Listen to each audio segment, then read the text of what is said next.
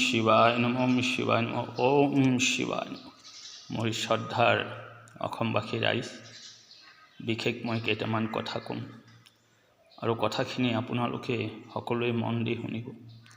কথা হ'ল যে অকণমান আগত ভিডিঅ'ত পাইছিলোঁ যে আমাৰ এই বামপীড়িত ৰাইজৰ ওচৰত হয় কেইজন গৈছে, মই সেইটো ভিডিঅ'ত ভালকৈ পোৱা নাই, কিন্তু এজন ছোৱালীয়ে সৰু এটা 9 বছৰ 8 বছৰৰ ল'ৰাক মানে সুধিছে।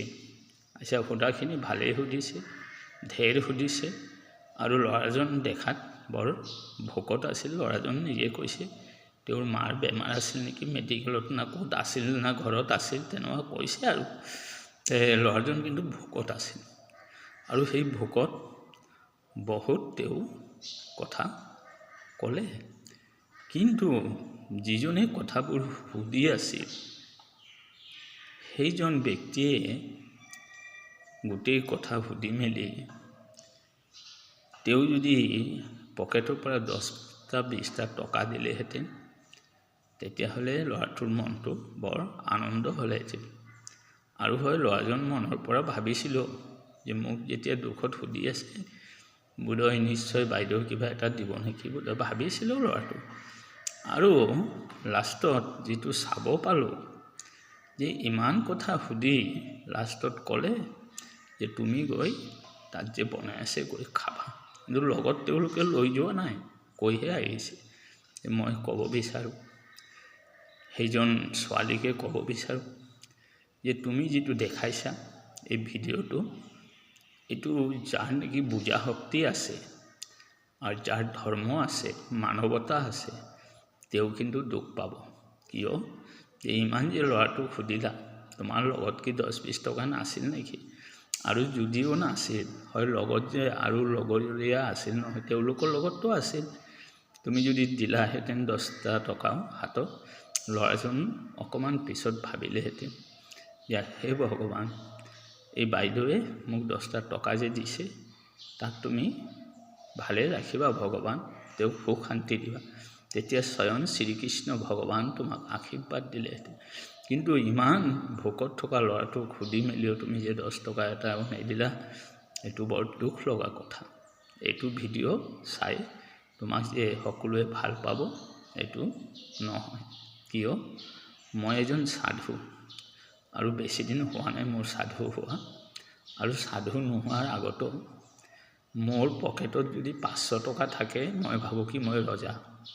তেতিয়া যোনেই মোৰ লগত আহিব, কোনোবা যদি এনেও খুজিব আহে, অভাৱত হওক নহওক, মই অকল মোৰ 500 টকা মই কেনেকুৱা খৰচ কৰিম সেইটোৱে বিচাৰোঁ। যেতিয়া সাধু হ'লোঁ তেতিয়াও এই যে মন্দিৰত 2-4 টকা যি পাম, সদায় মই ল'ৰা ছোৱালী সদায় মই খুৱাই থাকোঁ।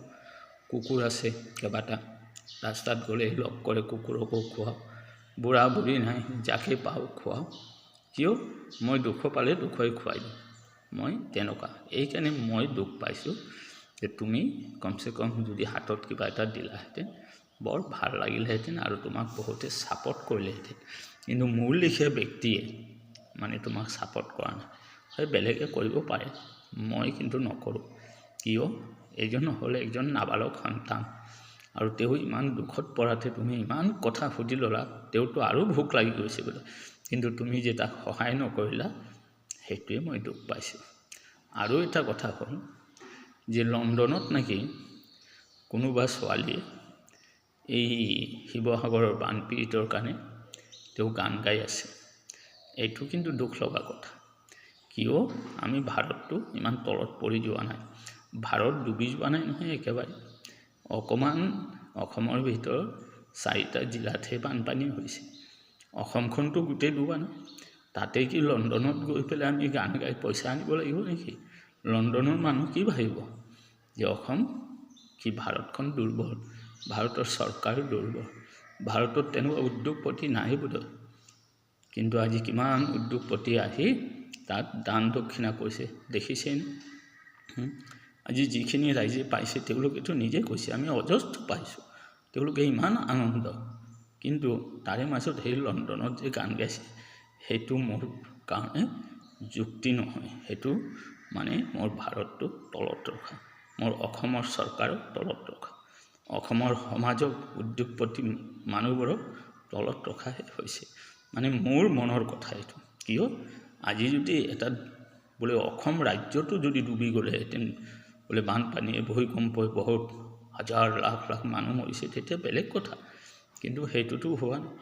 এই 4টা জিলা হোৱাতে তাতে লণ্ডনত যাব লাগিব, এইটো ভুল ধাৰণা বুলি মই কওঁ। এইটো ভাল হোৱা নাই। যিয়ে নহওক, মই কাকো বেয়াও পোৱা নাই, কিন্তু মোৰ মনৰ কথাখিনিহে মই কৈছোঁ। আৰু দুখ চুখ নধৰিব যদি মোৰ ভুল চুল হয়, অপৰাধ হয়, মোক নিজৰ সন্তান ভাবি মোক ক্ষমা কৰি দিব।